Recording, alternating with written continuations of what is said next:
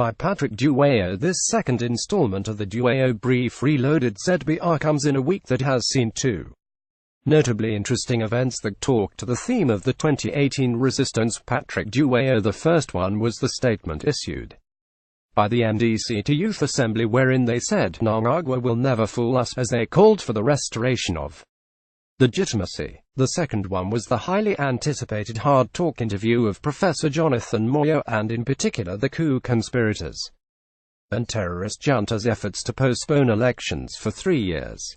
For the 2018 resistance, the one common theme, albeit manifested differently, is the issue of understanding the message regardless of the messenger. The ZBR was particularly moved by the MDCT Youth Assembly's raising of the issue of Kudzai Chipanga, who was arrested for calling on the robbers and pirates within the coup conspirators and military junta to account for the missing $15 billion that they looted and plundered from the diamond fields of Marange. These young people displayed commendable principle by rising above partisanship to defend a fellow young patriot's right to call even those with the machinery of murder to account.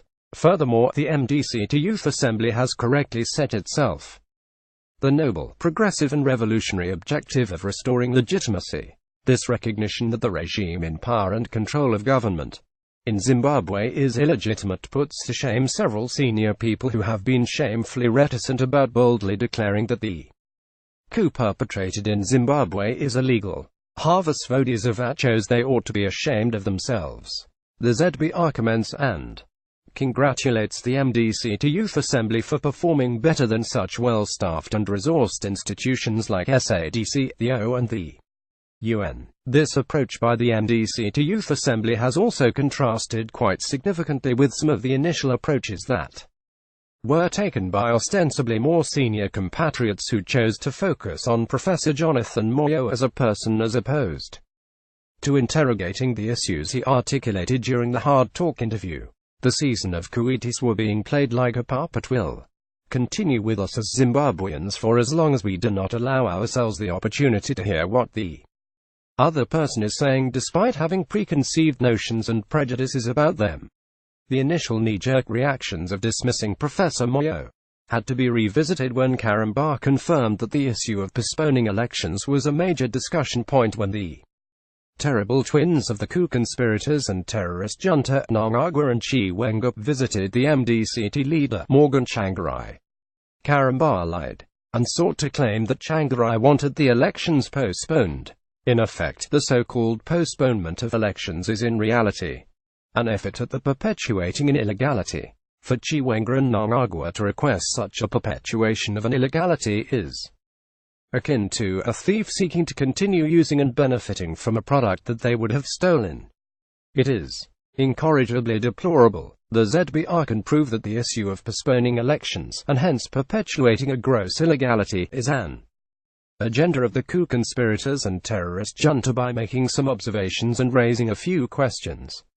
The impromptu visit by Chiwenga and Nicaragua came after Musvangwa and Eddie Cross had an initial breakfast meeting at the Bronte Hotel that same morning to strategize on how best to convince Tsvangirai to agree to a postponement of the elections. Cross is one of the 5 renegade MDCT legislators that the coup conspirators and military junta wanted to co-opt into a government without the knowledge of the MDCT as a party, let alone its leader Tsvangirai. Secondly, the presence of Nelson Chamisa at the visit by Chiwenga and Nicaragua raises the question on whether Chamisa has already been compromised by the coup conspirators and military junta. Chamisa was the only member of the MDCT leadership who was at the meeting. The question of whether Chamisa is a Lacoste plant and mole in the MDCT has consistently been gaining traction since the meeting between Tsvangirai, Komichi and Major General Ruggeya, where he pushed for the appointment of Chamisa as a vice president in MDCT. Is it true that when Tsvangirai dilly-dallied about appointing Chamisa as a VP, he was put under immense pressure by Elizabeth? Could such a view of Chamisa as an undercover agent have been made worse by Elizabeth's closeness to both Chamisa and Mary Chiwenga? The view that Chamisa is a military project could also explain why Chiwenga not only accompanied Nicaragua to visit Tsvangirai, but was the one who was taking notes of the election postponement meeting. Chiwenga's view of himself as a political commissar par excellence, coupled by his lack of confidence in Mnangagwa's capabilities, forced him to make sure that he was at this important election postponement meeting that was meant to buy an extra 3 years for the coup conspirators and terrorist junta. After all, Rugege's mission of having Chamisa elevated to VP in the MDCT was a military project disguised by historical fact of Rugege, Kamochi and Changarai having attended the same school. I like Chamisa, Enda Sekuru Vang Uvachita over Ava, he is my uncle.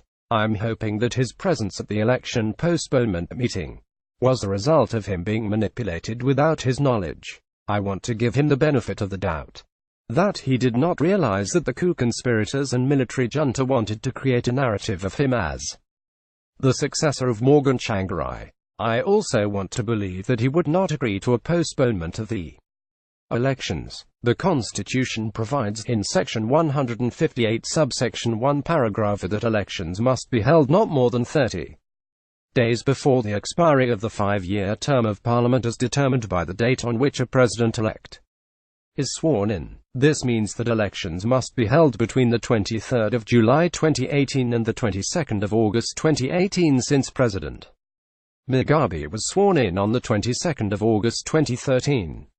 That provision is peremptory and must be complied with, a reality that the coup conspirators and military junta are painfully aware of is that they are unelectable.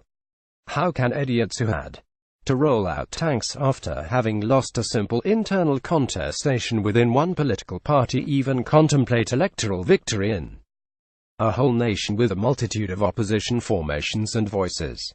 They are therefore pinning their hopes on a postponement of the elections. However, such a postponement requires an amendment of the Constitution.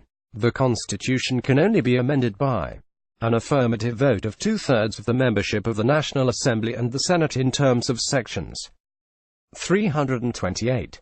This therefore means that the coup conspirators and terrorist junta require the support of MDCT legislators to have the elections postponed. They are hoping to hoodwink the MDCT into supporting such an amendment.